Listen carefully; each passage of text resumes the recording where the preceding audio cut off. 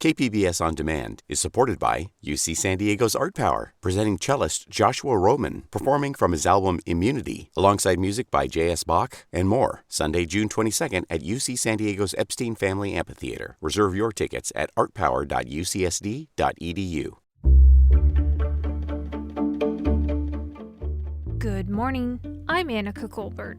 It's Tuesday, February 8th, visiting nursing homes amid Omicron. More on that next, but first, let's do the headlines.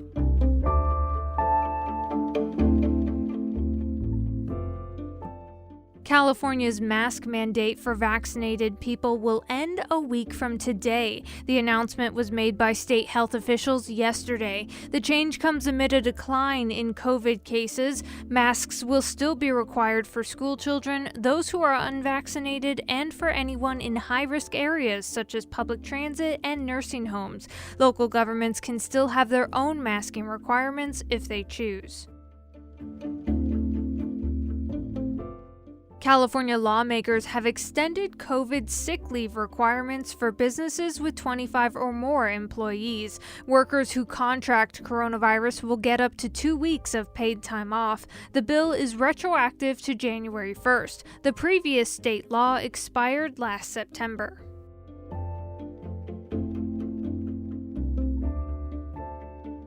"17 female athletes from San Diego State University filed a sex discrimination class action lawsuit against the school on Monday. They alleged that the school violated Title IX by depriving women of equal athletic financial aid. The lawsuit seeks to make SDSU pay its past and current female athletes over $1.2 million in financial aid that they were denied over the past 2 years, along with any money for this year. The lawsuit is the first Title IX athletic financial aid damages case in the country.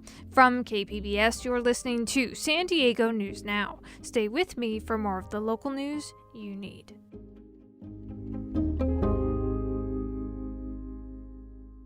KPBS On Demand is supported by Splatero, helping homeowners pay off debt by offering streamlined access to your home's equity with no additional monthly payments or new debt. Splatero provides a lump sum payment in exchange for a share of your home's future value. Pre-qualification is available at splatero.com.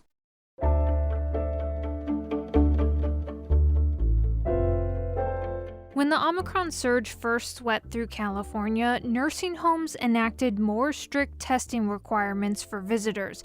But that happened at about the same time that California also started allowing COVID-positive nurses who weren't showing any symptoms to keep coming into work.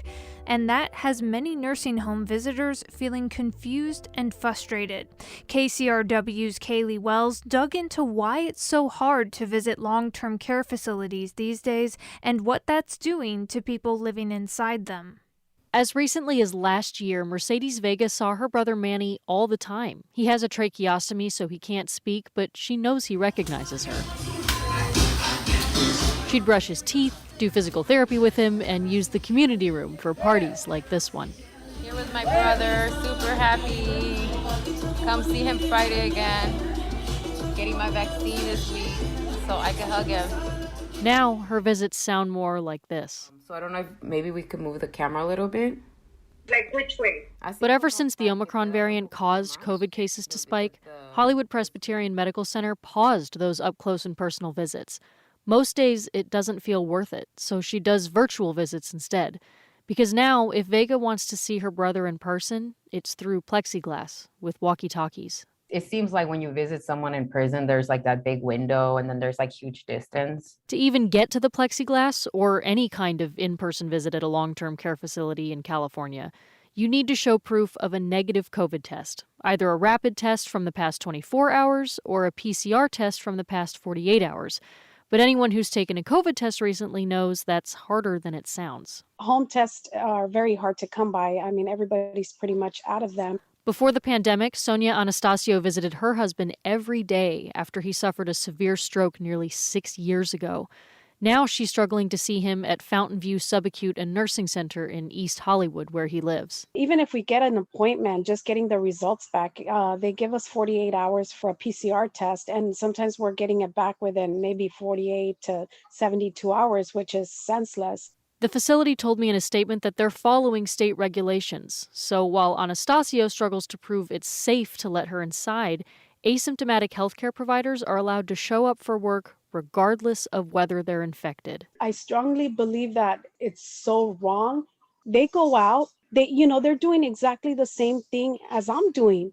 Why are they making us get tested every single time? It's called dealing with reality. Here's Governor Gavin Newsom defending the move last month. The pragmatism, not what you want, but what you need to do at a time of challenge and scarcity.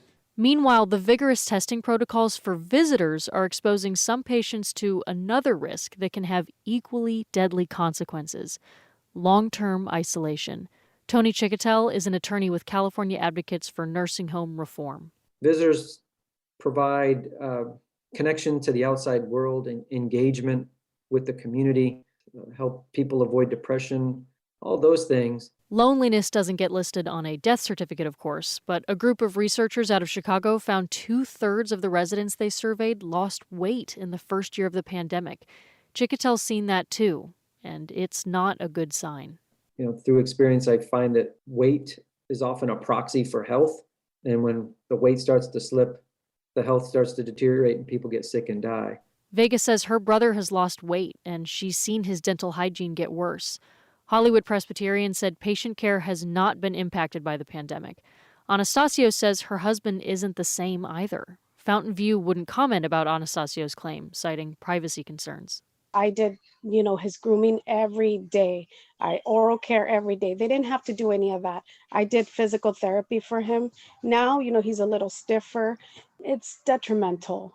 My husband has deteriorated a lot. He's not the same. In the meantime, local health officials say we've seen the peak of the current surge. The hope is that waning case rates will come with more in-person visits and better days for patients ahead. I'm Kaylee Wells in Los Angeles.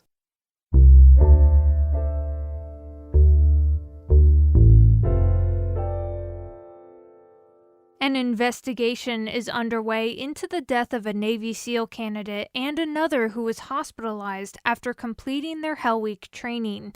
KPBS military reporter Steve Walsh has more. 24-year-old Kyle Mullins of New Jersey was a football star in high school, later making all Ivy League second team when he played for Yale. Mullins died Friday evening. Another unnamed SEAL candidate remains hospitalized. The two had just completed the grueling Hell Week. Pentagon spokesman John Kirby. The Secretary wants to make sure that he gives the Navy the time to look at this carefully and thoughtfully before coming down to any kind of conclusions. We just don't know. We just don't know what happened here. Mullins is not the first death at SEAL basic training. In 2016, James Lovelace drowned during a pool exercise. The medical examiner ruled his death a homicide after videotape showed an instructor dunking him. Charges were never brought. Another candidate committed suicide after failing Hell Week. Steve Walsh, KPBS News. The city of Tijuana on Sunday evicted hundreds of migrants living in a makeshift camp just south of the U.S. border. As many as 2,000 people lived in the camp at one point. Many of them were asylum seekers. KPBS border reporter Gustavo Solis has more. The mass eviction began 4 a.m. Sunday morning. In a matter of hours, Tijuana police officers and soldiers from Mexico's National Guard cleared the migrant camp that sits just across the border from the San Isidro port of entry. By the end of the day, a tent city that had been home to thousands of asylum seekers was back to being an empty pedestrian plaza. The only hints of the people who occupied this space was a single basketball and a heart someone had painted on a nearby tree. The city gave no notice of its planned operation. Migrants simply woke up to soldiers and officers telling them they had 30 minutes to pack up and leave. They kicked us out by force, one migrant says, like we're trash. They treat us worse than animals. Another migrant says the city treated them like they're criminals. He says you'd think they were arresting El Chapo with how many cops they brought in. All this despite prior assurances by Tijuana's mayor that her administration would never remove migrants by force. KPBS asked Mayor Montserrat Caballero Ramirez about the camp last November. At the time, she said she had no plans to shut it down and refused to say when it might close. However, she did acknowledge feeling pressure from the United States to clear the camp because it blocked a pedestrian crossing. Giving us a fixed date, she said, would eliminate the voluntary nature of the process. City officials say the camp had become a public health hazard and that migrants were offered space in nearby shelters. The migrants and their advocates condemned the government for using so much force to evict vulnerable women and children. Gina Garibo is with American Friends Service Committee. She says using the military for this eviction fuels anti-immigrant xenophobia in Tijuana and perpetuates the idea that people in the camp are criminals. Garibo says evicting the migrants only pushes them out of the public view. It won't do anything to actually improve their condition. Gustavo Solis, KPBS News.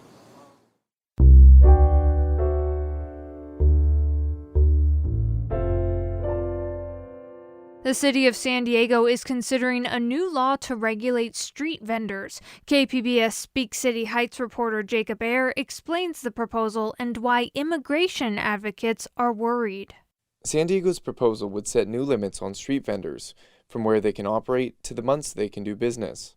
It includes limits to street vending in some communities during summer months and year-round in certain parts of popular tourist areas, like the Gaslamp Quarter. Dulce Garcia is the executive director of the nonprofit organization Border Angels. She says many immigrant families survived the pandemic by turning to street vending. So for us, this is an issue that we know disproportionately impacts Black and Brown communities, and even more vulnerable within that subsection is our undocumented community. So for us, street vending is a matter of economic equality, of equity for these people. Gloria Robles is a street vendor who works in City Heights. She's lived in San Diego for over 2 decades, but turned to street vending in 2019. She says on Saturdays and Sundays, we go to the farmers market to recover a little money because the pandemic has affected it a lot, so we want to continue where we can. While some brick-and-mortar merchants are concerned about the proliferation of street vendors, Garcia says they have a different clientele, and she says the language being used to justify the removal of street vendors is problematic. We hear that they are afraid of the competition, but the people that go to these very expensive restaurants are not the same people that are buying from the hot dog stands, from the tamales, ladies. So it's a different market. It really isn't competition. The proposed legislation will be discussed on Wednesday by the City Council's Economic Development Committee. If approved, it will go before the full council on March 1st. Jacob Ayer, KPBS News. Coming up, tech is changing how people shop for just about everything.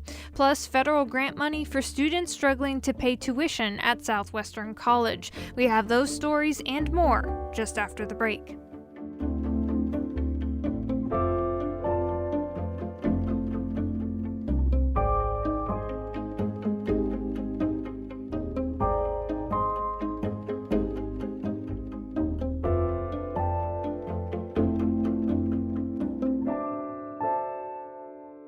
KPBS On Demand is supported by UC San Diego's Art Power, presenting cellist Joshua Roman, performing from his album Immunity, alongside music by J.S. Bach and more, Sunday, June 22nd at UC San Diego's Epstein Family Amphitheater. Reserve your tickets at artpower.ucsd.edu.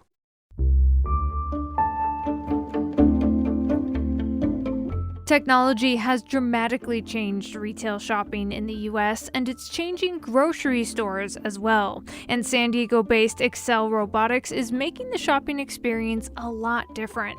KPBS science and technology reporter Thomas Fudge has more. On the ground floor of the Vantage Point apartment building in downtown San Diego, there's a small grocery store, but it's missing something. There's no cash register, no cashier, no bank of self-checkout machines, just groceries sitting on shelves. But co-founder and chief technology officer of Excel Robotics, Marius Buibas, says the company's valet market has a system. We use technology to figure out who took what out of a store. So it's an autonomous store in that the sense that you walk in, you take what you want, and you walk out. And we rely on a suite of sensors, somewhere in the ceiling, somewhere in the shelves, to figure out what you walked out with. Before you can enter Valet Market, you need to get through a turnstile by flashing your store app over a sensor. Inside the store, there are cameras everywhere, watching what you pick up and what you put down. A big computer screen in a back room shows a moving diagram of who has what and how many items they're carrying. So there's really two things we're tracking. We're tracking the movement of people, and then we're moving a product. The computer doesn't know the customer's name, and they're just dots on the diagram called person 139 or something. For the customer, Buibas says using the store is kind of like using a self-service gas pump. Before we let you in the store, we collect your payment credentials, and then after you leave the store, we charge you for what you took from the store. The other aspect of the store is the delivery service for Vantage Point Apartments. As I lingered in the store just before dinner time, two young men kept walking in and out of the place with bags of food as they headed to the elevators on their way to one of 679 living units. Because we don't have to use the labor to sit behind a cashier's desk the whole time, that same labor can be reused for the delivery service that we offer. Jeff Herman, VP for Product with Excel Robotics, calls it the world's fastest delivery system. And so in 4 or 5 minutes, they want a coffee and banana and juice in the morning. We run that up to their room for free for them. The commercial strategy of Valet Market is to serve a dense population with a limited number of essential grocery products. People don't drive to this market, and there's no parking lot. Company research shows close to 90% of residents at Vantage Point Apartments use the market.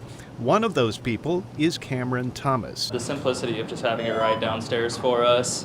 Grocery stores are a little bit further away, so for some of just the normal household goods, it's pretty easy to come down and comparable in price to a lot of the grocery stores in the area. And all you need is your phone. It's okay if you forgot your wallet.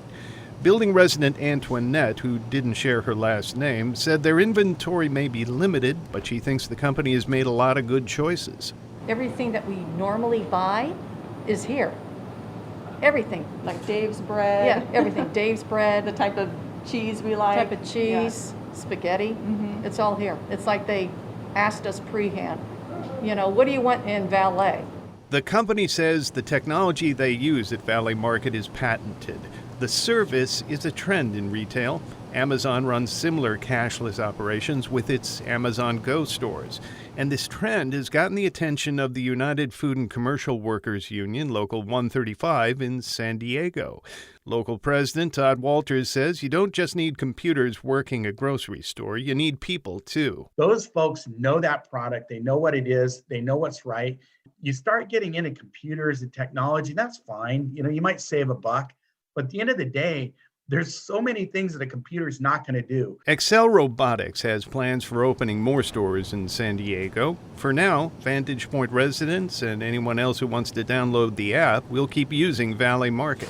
Shopper Alita Perry says the place has even become a bit of a tourist attraction. It's the first thing I show my parents or any of my friends that come into town. Thomas Fudge, KPBS News.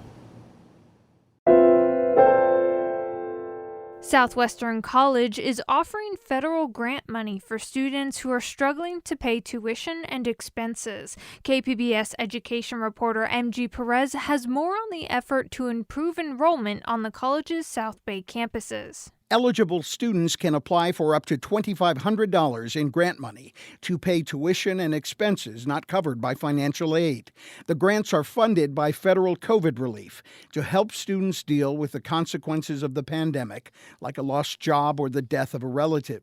Kevin Stevens is a student on the Southwestern College main campus in Chula Vista. It's very nice to know that you have a lot of a financial burden lifted off your hands, especially if you're someone who pays rent or just doing a part-time job, not making enough money to support yourself. Students have to apply for the grant money and be currently enrolled in the spring semester. The first disbursements will be made starting on Valentine's Day. MG Perez, KPBS News. The Old Globe Theater just opened a production of Alice Childress's play Trouble in Mind. It's set in New York in 1957. The play revolves around a leading black actress and a diverse cast who are rehearsing a play written by a white playwright. Delicia Turner Sonnenberg is a resident artist at the Old Globe and the director of Trouble in Mind. She and actor-playwright Bibi Mama joined KPBS Midday Edition host Jade Hindman to talk about the show.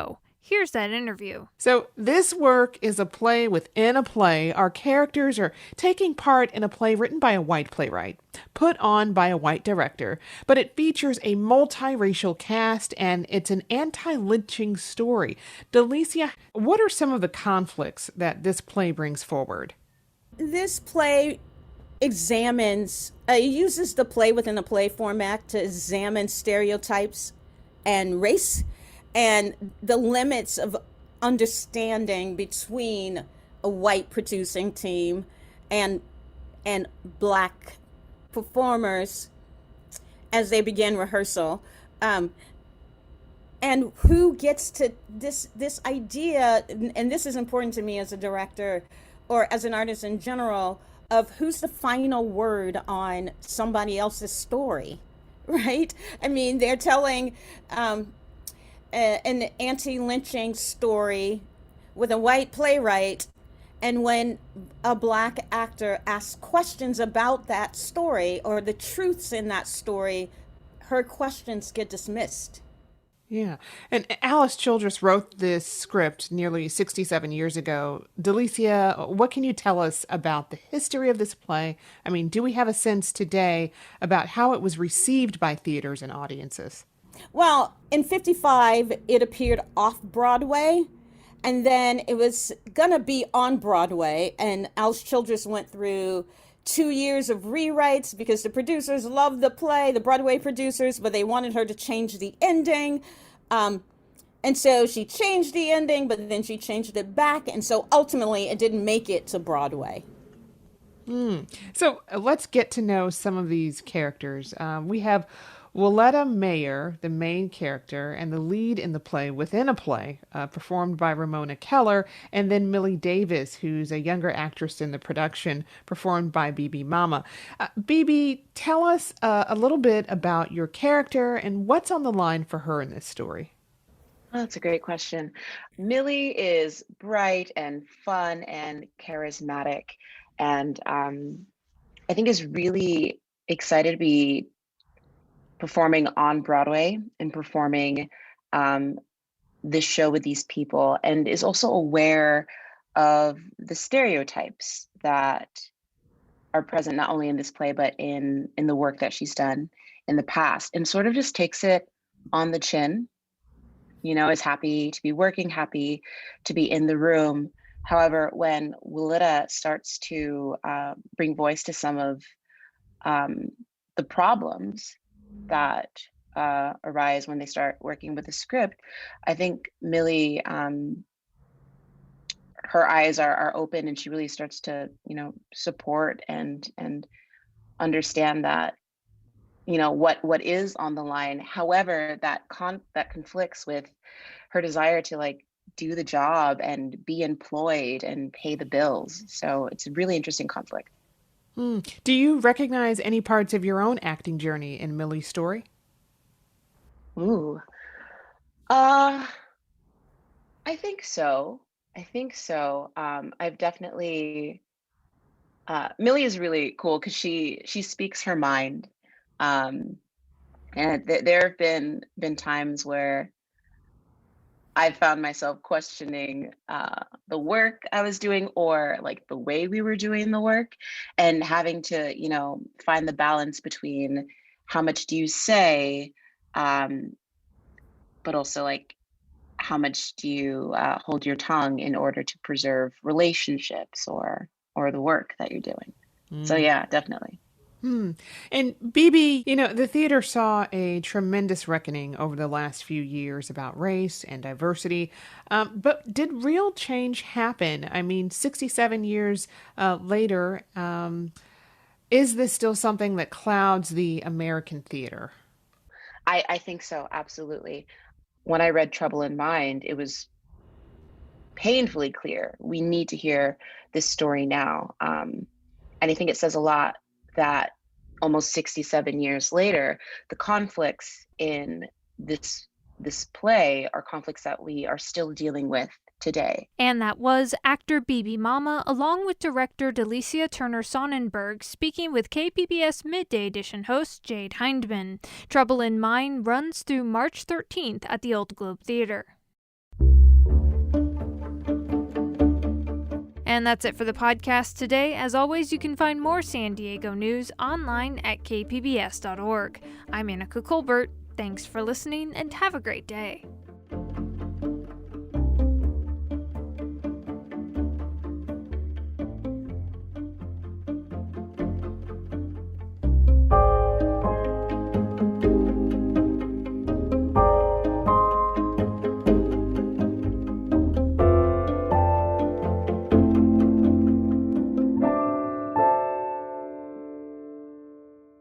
KPBS On Demand is supported by UC San Diego's Art Power, presenting cellist Joshua Roman, performing from his album Immunity, alongside music by J.S. Bach and more, Sunday, June 22nd at UC San Diego's Epstein Family Amphitheater. Reserve your tickets at artpower.ucsd.edu.